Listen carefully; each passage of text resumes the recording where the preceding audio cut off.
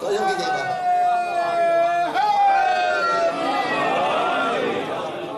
کعبہ وہی جائے گا جس کی شکل پاک ہوتی ہے، کربلا وہی جائے گا جس کی نسل پاک ہوتی ہے۔ ایک اور فرق بتانے لگا ہوں، کعبہ اور کربلا میں فرق کیا ہے؟ جس جگہ پہ ہاجرہ فقط دوڑے اسے کعبہ کہتے ہیں، جس جگہ کو زہرا اپنے بالوں سے جھاڑے اسے کربلا کہتے ہیں۔ کعبہ کسے کہتے ہیں؟ کربلا کسے کہتے ہیں؟ جس جگہ کو ہاجرہ جہاں پر دوڑے فقط تاکہ میرا بیٹا بچ جائے اسے کعبہ کہتے ہیں۔ جس جگہ کو زہرا اپنے بالوں سے جھاڑے اسے کہتے ہیں کربلا۔ جملہ جھولی میں ڈالنے لگا ہوں۔ سیدہ نے اپنی بالوں سے کربلا کو سجایا۔ قبلہ صاحب موجود ہے، سید بادشاہ موجود ہے، پیش نماز میری اس بات کی تائید کریں گے۔ کتاب کا نام ہے معالی و سبتین، وہاں پر ایک جملہ تحریر ہے کہ کعبہ میں مجھے کوئی روایت نہیں ملی کہ جو کعبہ میں دفن ہو جائے اسے فشار نہیں ہوگا اور نہ ہی اس سے سوال جواب کیا جائے گا، کوئی روایت نہیں ہے۔ لیکن نجف اور کربلا کے لیے روایت ہے، جو نجف میں دفن ہو جائے اسے فشار نہیں ہوگا، جو کربلا میں سو جائے اسے سوال جواب نہیں ہوگا۔ توجہ کیجئے گا، جو نجف میں سو جائے اسے فشار نہیں ہوگا، جو کربلا سو جائے اس سے سوال جواب نہیں کیا جائے گا۔ فشار کیوں نہیں ہوگا؟ کیونکہ نجف میں جو آرام فرما رہا ہے وہ ہے ابو تراب۔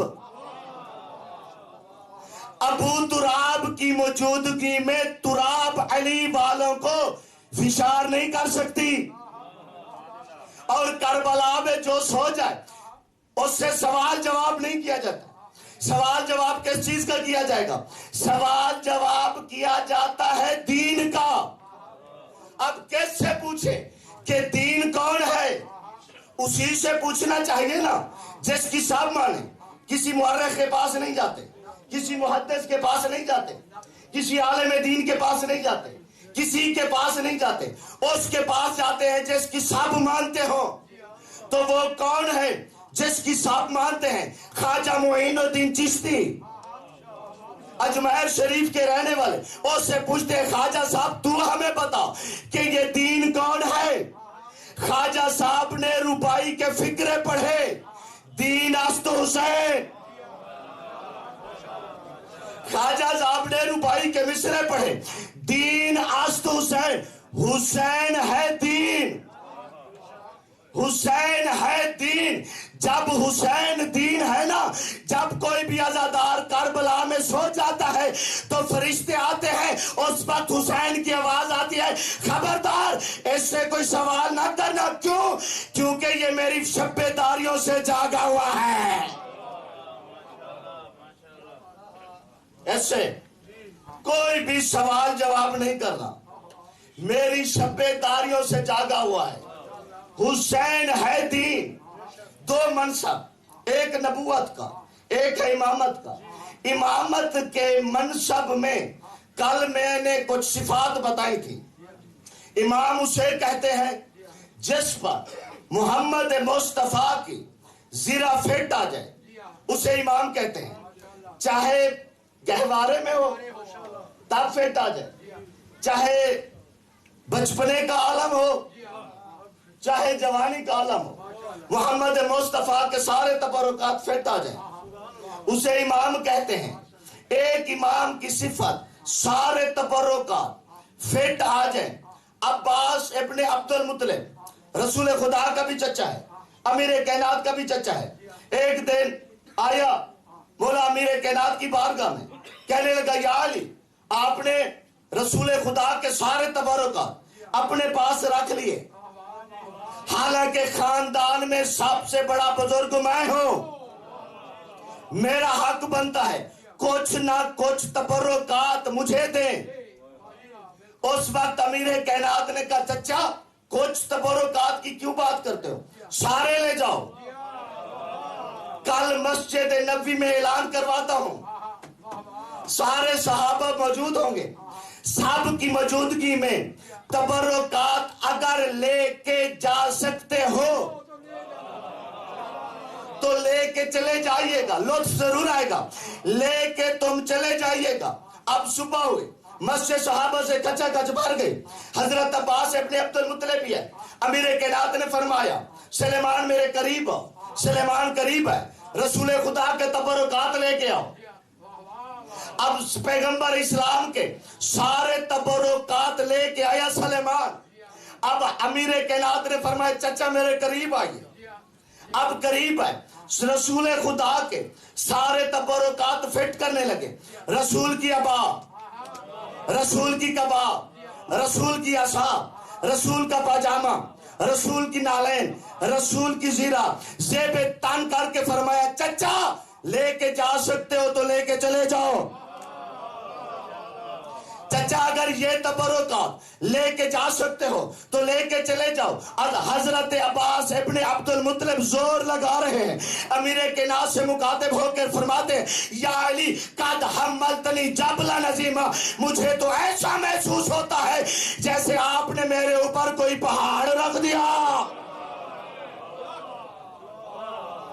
مجھے تو ایسا محسوس ہوتا ہے جیسے آپ نے میرے اوپر کوئی عظیم پہاڑ رکھ دیا، موج سے تو اٹھائے نہیں جا رہے۔ اب رسول کا امامہ اتارا، چچا آپ چلیے، یا علی وہی کنڈیشن ہے، وہی حالت ہے، موج سے تو اٹھا نہیں جا رہا۔ اب رسول کی عبا، رسول کی قبا، رسول کا امامہ، رسول کا پجامہ، رسول کی زیرہ، رسول کی نالین، یہ سارے تبرکات اتروا دیے، فقط ایک تلوار بچ گئی۔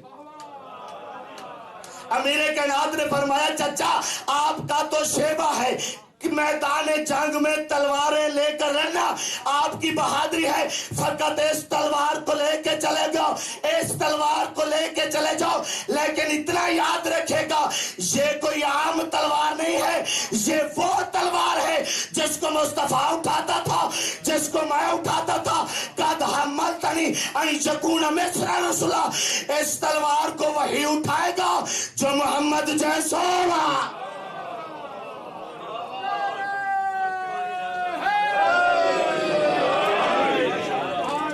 اس تلوار کو وہی اٹھائے گا جو محمد جیسا ہوگا۔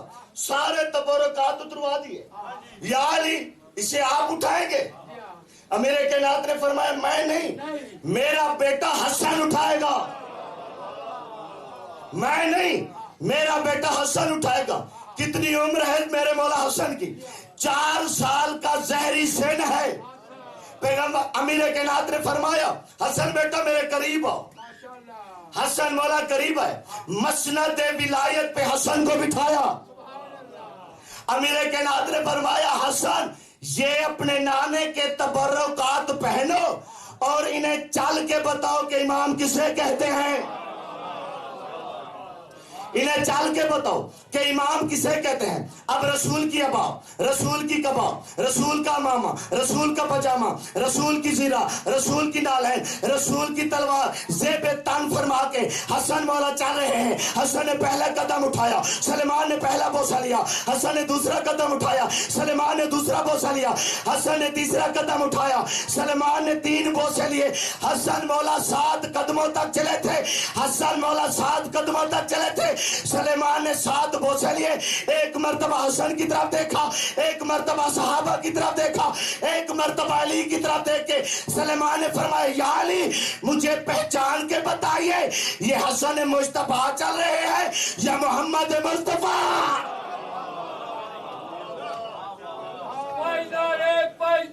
سپر پاور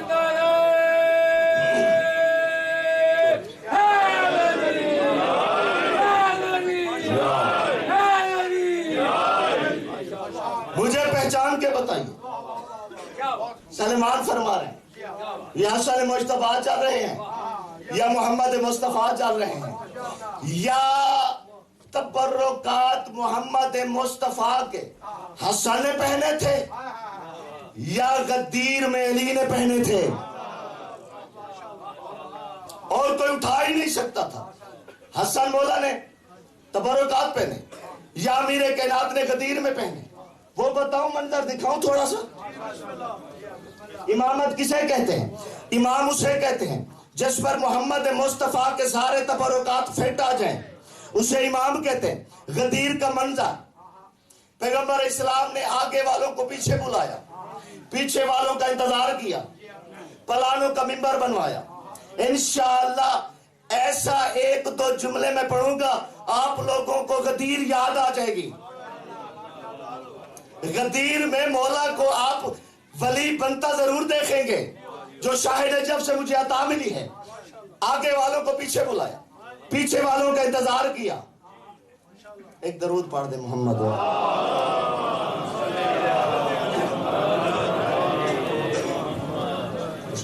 نعرہ تکبیر, نعرہ رسالت, نعرہ حیدری, خاندان زہرا پہ بلند صلوات.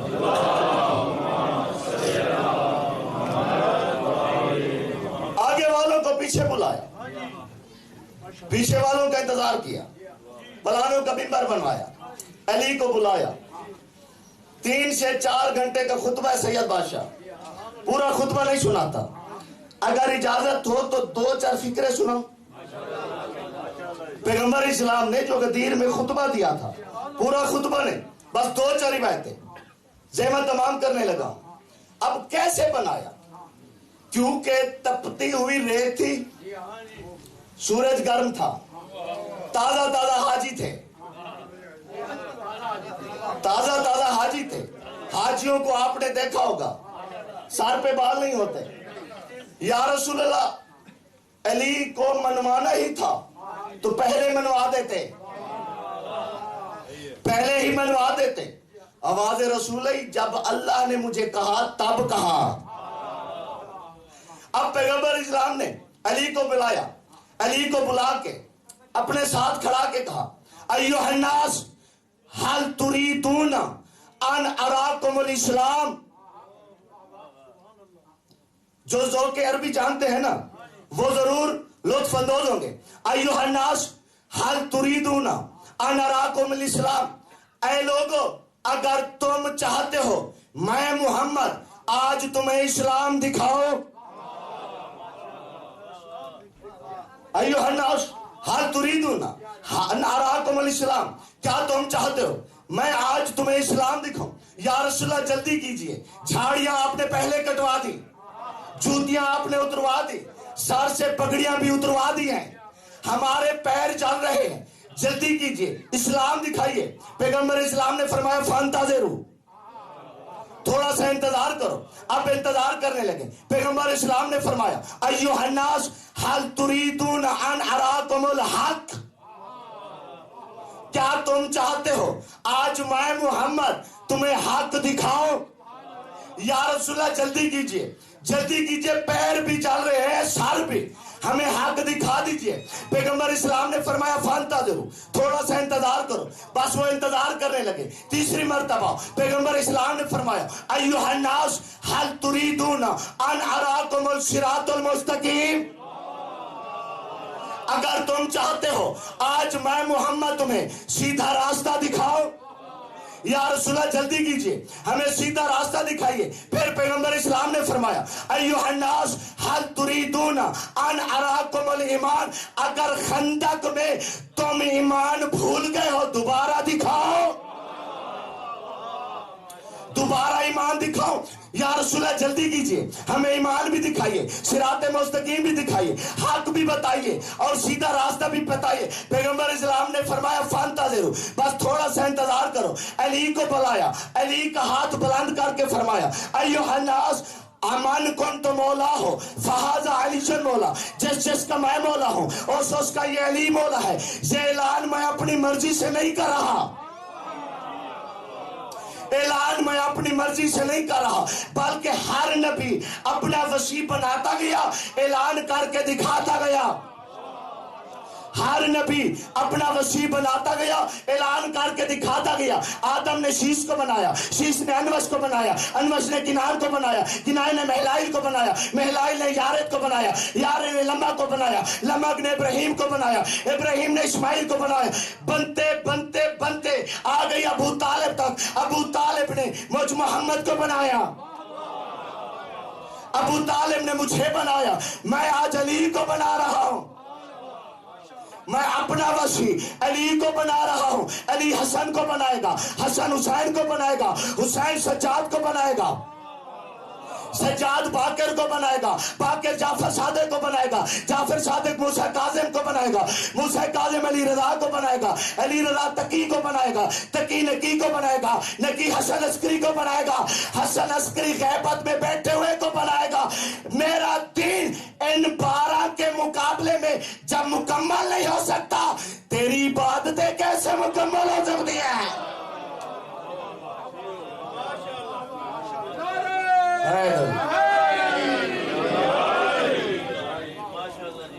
جب میرا دین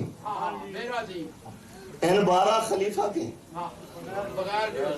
بغیر نہیں ہو سکتا، ہماری عبادتیں 12 کے بغیر کیسے اللہ تک جائیں؟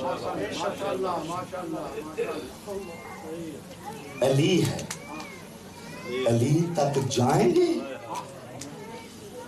ہماری باتیں پہنچیں گی، ولایت علی پر ثابت قدم رہیں گے تو ہم کامیاب ہوں گے۔ دنیا والے امامت کو نہ سمجھ سکے، نہ ہی نبوت کو۔ اگر علی کی ولایت کو سمجھ جاتے نا، سید سجاد غیرت کا مریض نہ ہوتا۔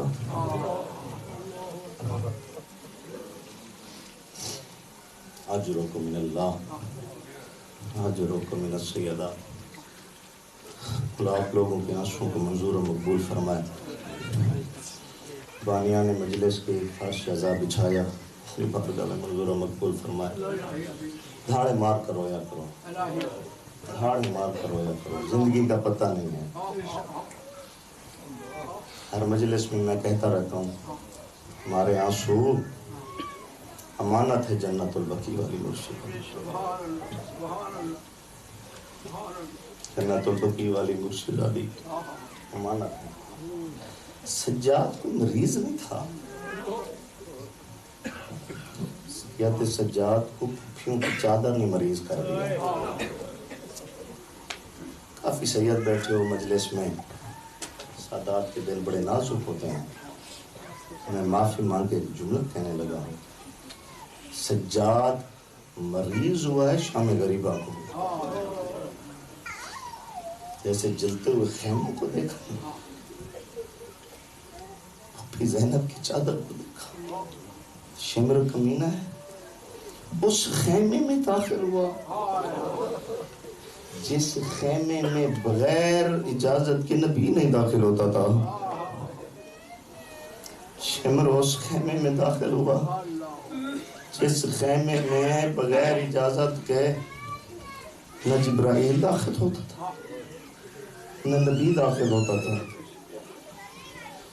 منظر کیا ہے؟ سر سے نوک کے نیزہ سے چادر اتارا، چادر کو اتار کے کہاں گیا؟ کیا مظلوم کربلا کی لاشیں پر؟ نہیں۔ کیا علی اکبر کی لاشیں پہ؟ نہیں۔ سیدھا فرات کی طرف گیا جہاں عباس دلاور کا لاشا پڑا ہوا تھا۔ سید سجاد فرماتے ہیں، میرے چچا کے لاشے کے قریب جا کے میری پھوپھی کی چادر کو رکھ کے کہا، عباس یہی وہ چادر ہے جس کی حفاظت کے لیے تو نے مدینہ چھوڑا تھا؟ یہی وہ چادر ہے جس کی حفاظت کے لیے تو نے وطن چھوڑا تھا؟ یہی وہ چادر ہے؟ کون ہے سید سجاد؟ کربلا کے جتنے بھی شہداء ہیں نا، ایک ایک مرتبہ قتل ہوئے ہیں، علی اکبر کو برچھی لگی ایک مرتبہ قتل، علی اصغر ایک قاضی کے ٹکڑے ہوئے ایک مرتبہ، لیکن سجاد وہ شہید ہے جو ایک نہیں ہر موڑ پہ قتل ہوتا رہا۔ سید سجاد وہ مظلوم ہے جو ہر موڑ پہ قتل ہوتا رہا۔ کبھی 10 محرم کو قتل ہوا، کبھی شام غریبہ کو قتل ہوا، کبھی کوفے کے بازار میں قتل ہوا، کبھی کوفے کے دربار میں قتل ہوا، کبھی شام کے بازار میں قتل ہوا، کبھی یزید کے دربار میں۔ کوئی ایک موقع نہیں ہے جہاں پر سید سجاد قتل نہ ہوا ہو۔ جب شام سے رہائی ہوئی نا، شام سے رہائی ہوئی تو میری مرشداتی آگے بڑھی، سجاد ایک سے رہا ہو گئے۔ سید سجاد کی آنکھوں سے آنسو نکلنے لگے۔ بیوی نے رو کے کہا سجاد رہائی ہو گئی، کیوں رو رہے ہو؟ سید مجھے معاف کر دیں گے، ایک روایت پڑھنے لگا۔ بیوی نے کہا سجاد رہائی ہو گئی ہے، مدینے جا رہے ہیں، کیوں رو رہے ہو؟ سید سجاد کی آنکھوں سے آنسو رک لے، کہا کہ پھپھی اماں رہائی کا کیا فائدہ، جو کہتی رہی وہ تو شام میں سو گئی۔ میری بہن سکینہ روزانہ کہتی تھی سجاد کبھی ہم بھی کیسے رہا ہوگی، کبھی ہمیں بھی رہائی ہوگی۔ سجاد سورج دکھائی نہیں دے رہا، میری بہن تو رہا نہیں، کیا فائدہ رہائی کا۔ مدینے میں پہنچے، میں جملہ اپنی ماؤں بہنوں کے حصے کا پڑھ رہا ہوں۔ مدینے میں جب پہنچے نا، چچا آیا محمد حنفیہ سید سجاد کے پاس، سید سجاد کے قریب، زخموں سے چور و چور تھا میرا امام، جسم کے ہر عضو پر زخم ہے۔ محمد حنفیہ نے سوال کیا سجاد کون سی مصیبت ایسی ہے جو تجھے خون رونے پہ مجبور کر دی؟ کیا اکبر کی جوانی رلا رہی ہے؟ کیا قاسم کی لاش کے ٹکڑے رلا رہے ہیں تجھے؟ کیا عباس کے بازو؟ کیا بابے کے جو دل میں تیر لگا تھا؟ کون سی مصیبت تجھے رلا رہی ہے؟ سید سجاد نے کہا چچا مجھ سے مشکل سوال نہ کر، مجھے ایسی مصیبت رلا رہی ہے جو خون رونے پہ مجبور کرتی ہے۔ اس وقت محمد حنفیہ نے کہا سجاد کون سی مصیبت ہے؟ کہ شام کا بازار تھا، میرے سامنے ایک ظالم آ کے کہتا ہے کہاں ہے علی کی بیٹی زینب؟ اجرو من اللہ اجرو من السیدہ، کہاں ہے علی کی بیٹی سجاد زینب؟ اگر میں امام نہ ہوتا تو میں مر جاتا۔ ابن منذر آیا، سوال کیا مولا شام میں کون سی مصیبتیں آئیں، کتنی مصیبتیں ہیں؟ سید سجاد نے فرمایا شام میں 5 مصیبتیں ایسی آئیں، اگر میں امام نہ ہوتا تو مر جاتا۔ سید سجاد نے کہا شام میں 5 مصیبتیں ایسی آئیں، اگر میں امام نہ ہوتا تو میں مر جاتا۔ مولا کون سی مصیبتیں؟ سید سجاد نے کہا پہلی مصیبت جب ہم شام میں پہنچے تھے نا، ہمیں نیزے دکھا دکھا کے ہمیں چبھوئے گئے تھے، نیزے دکھا دکھا کے ہمارے جسم میں چبھوئے گئے تھے۔ مولا دوسری مصیبت، سید سجاد نے کہا دوسری مصیبت تم نہیں سن سکو گے۔ مولا کے قدموں میں ہاتھ رکھا، مولا بتا دیجئے۔ سید سجاد نے فرمایا ہمیں ایسے زندان میں قید کیا گیا جس کی چھت نہیں تھی، دن کو دھوپ آتی تھی، شام کو اوس گرتی تھی۔ مولا تیسری مصیبت کون سی ہے؟ روایت مشکل ہے، مجھے معاف کر دیجئے گا، کتاب کا حوالہ پہلے دینے لگا ہوں۔ کتاب کا نام ہے سوگنامہ آل محمد، فارسی کی چھپی ہوئی کتاب ہے۔ بعد میں میرے اوپر فتویٰ نہ لگائے گا کہ سخت روایت نجفی پڑ گیا ہے، کیونکہ معصوم کا فرمان ہے کہ جو ہماری مصیبتیں چھپاتا ہے اس کا شمار کھولی میں ہوگا۔ مولا تیسری مصیبت کیا آئی؟ سید سجاد نے کہا ایک دن ہمیں ایسے بازار میں لایا گیا جہاں پر غلام فروخت ہوتے تھے، ایک دن ہمیں ایسے بازار میں لایا گیا جہاں پر غلام فروخت ہوتے تھے، سید سجاد نے منہ پہ ماتم کر کے کہا اس بازار میں لایا گیا ایک ظالم کی نگاہ میری 4 سالہ بہن پر پڑی، اور ظالم نے کہا سجاد اسے کنیزی میں دو گے یا میری بہن روتی رہی؟ رو کے کہا سجاد کیا علی کی پوتی بھی کنیزی ہے؟ سید سجاد نے بولا چوتھی مصیبت کیا ہے؟ بس 2 مصیبتیں پڑھ کے میں تمام کرنے لگا ہوں۔ مولا چوتھی مصیبت کہاں ہے؟ سید سجاد نے فرمایا جو شام کے زوار بیٹھے ہوئے ہو میری اس بات کی تائید کریں گے، جہاں پر بازار شام ختم ہوتا ہے لانتی کا دربار شروع ہوتا ہے، ایک میدان موجود ہے، ایک میدان موجود ہے۔ سید سجاد نے فرمایا چوتھی مصیبت ایسی آئی کہ اس میدان میں یزید نے اعلان کرا دیا تھا کہ عباس کا سر ایک نو کے نیزہ پہ، علی اکبر کا سر دوسرے نو کے نیزہ پہ، سارے شہداء کے سروں کو اس میدان میں نو کے نیزہ پہ سوار کیا گیا۔ اب یزید نے کہا جو نو کے نیزہ پہ سر سوار ہے انہیں زمین پہ پھینکو، سر زمین پہ رکھے گئے۔ اب ظالموں نے گھوڑے دوڑانے شروع کر دیے۔ اب میری مرشدزادی زینب عالیہ تڑپ کے کہتی رہی غازی جاگ،